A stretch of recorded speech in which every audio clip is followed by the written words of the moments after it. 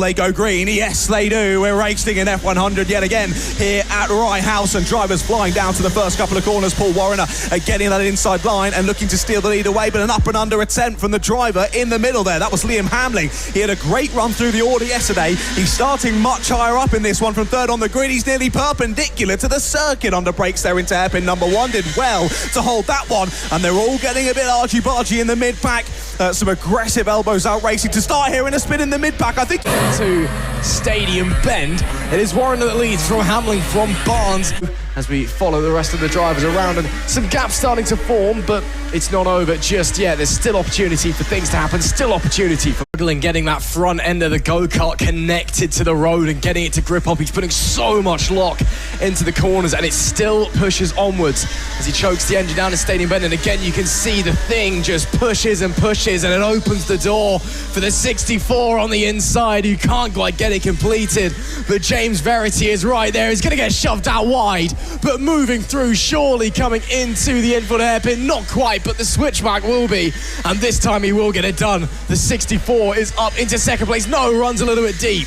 Good last minute move there, it must be said, from Hamlin, but he's still really struggling with the front end of that go-kart, and now he's clattering himself over the curbs as well. Needs to watch his back and his ribs if he's taking that line through pylon. It's actually not very good for the engines, and that's why it does cause them to conk out. So this time they'll be hoping they can get going this time proper. The lights do go green, and we do get going proper for heat number 3 in the F100. It will be Jiggins that leads the way down into turn 1, gets the jump on Richard Plummer as we're all clean through Stadium Bend, coming through Reg's elbow, and it looks like it's not been a great start for Richard Plummer at all. He's down to 3rd place, make that 4th place now, as through goes the number 11 of Perkis and the 27 of Paul Warner. So the pole sitter having a chokes the engine down the main straight to get that power kit coming out of Stadium Bend. He is flying early doors. Indeed they are. This is awesome to see yet again in the F100s. Battles already commencing, but it is the 75 of Chris Jiggins after a great start, stealing away the race lead early on. He's trying to get away with this one. Let's see if it continues. So Will Barnes under pressure, and an overtake from Liam Hamling then. So Hamling has got through Richard Plummer already on this lap. Now gets past Will Barnes, and your champion in Pre-95 in 2024 at the London Cup. He's up into the Pre-2Ks this year, and he is flying. Let's give you a lap of noise of these F100s.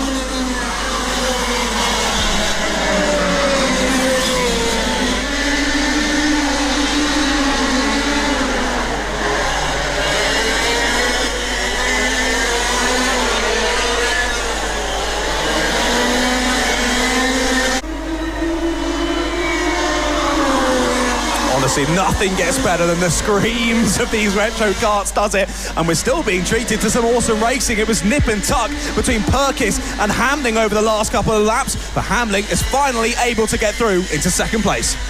Yeah, nice move there by Hamling. He was really struggling in heat number 2 earlier on today. In heat number 3, looks a little bit more comfortable. Front end biting a lot more. Yes, of course, better conditions on the slick tyres now. But he just looks a lot more confident behind the wheel as well, and he's maybe started to close up to the back of Jiggins as well in the race lead. It's 4 minutes and 30 left to go as they come across the line. Jiggins still leads in the 75. Hamling, though, is pushing and pushing very, very hard, and may very well be on his way. And in fact, he certainly is, because look how close he is already, only half a lap late to the 41 after a disappointing heat number 2. Fancies taking the checkered flag first in heat number 3, but it's one thing to catch the driver in front. It is another thing to get around them. Hamlin will have to sit there, play the patient game, and then execute his game plan in order to slide on by, or maybe he'll just wait for a mistake out of the final corner from Jiggins and stick it at the inside. Oh, that was boring, wasn't it? Liam Hamling straight to the race lead, and the 41 is loving life here in heat number 3. Yeah, sadly for us, a relatively simple move, wasn't it, in the end for Liam Hamling, but he gets it done into the race lead. So interesting to see how things can change between the heats. On the last lap, saw the move as well. James Verity getting past Rob Halls. That's what he was looking to do in the previous heat for the race win, but that was only a move for 6th place in this one. So just shows how things ebb and flow between the races in F100s, and really, it can be anyone's race, depending on how things play out. Well, Hamling's to the front then, Jiggins in 2nd place.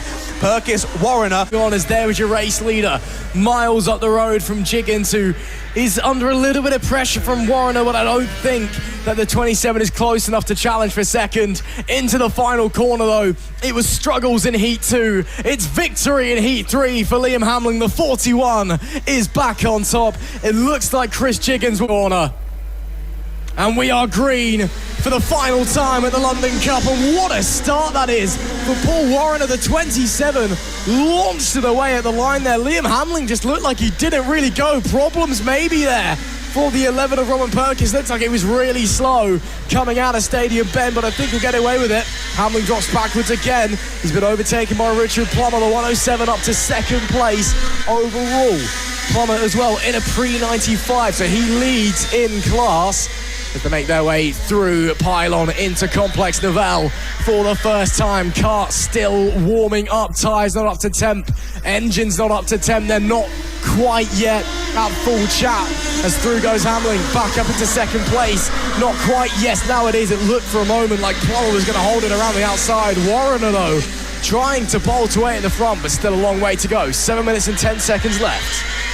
Yeah, Robert Perkins just struggled with speed, didn't he, on that first lap of racing, and looks as though engine is up to full speed now, though, and he's pressing on, but he is under a bit of pressure here from James Verity. Verity looking down the inside into pylon. A little bit of an aggressive move that would have been. He backs out of it, I think understandably so. Here's the battle for the lead, though, as they come across the line. It's Warrener versus Hamling. Hamling to the inside line. Just about enough room given for Hamling. They go toe-to-toe round the corner. A bit of contact on the exit, but all fair in love and war. And defending down into hairpin one goes Paul Warrener. He's under so much pressure from the pre-95 champion from the 2024 London Cup. He's trying to become the pre-2K champion in 2025. He goes a little bit wide there through hairpin number 2 as there's yellow flags out down through pylon. I think maybe that's just for a bit of a barrier repair through there, as I can't see anyone stop down there.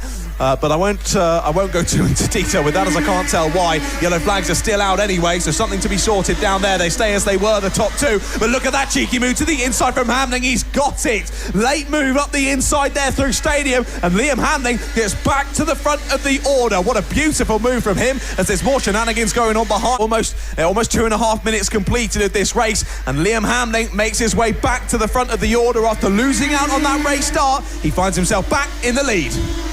Yeah, big shake of the head there from Richard Plummer, the 107, as he was coming out of Paddock Bend. You'll be seeing the drivers, if you're not familiar with older karting, you'll be seeing them putting a hand over the engine, over the carburetor as they come onto this race. They're choking the engine.